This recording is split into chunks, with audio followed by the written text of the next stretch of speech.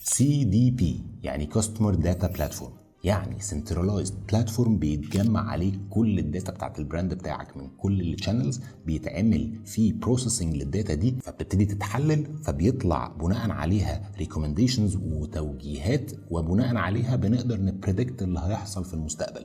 كل ده بيحصل جوه السي دي بي. بس المشكله فيه ان التكنولوجي دي بتبقى غاليه جدا، فما بيبقاش السمول بزنسز قادرين يتحملوا التكلفه بتاعتها، لكن من اول الميد سايز بزنس يقدر يتحمل تكلفه زي دي. انت بقى كبزنس اونر حتى لو مش هتقدر تتحمل التكلفه دي، انت محتاج المنتاليتي تكون عندك، انك تبقى عارف انك محتاج سنجل سورس اوف تروث.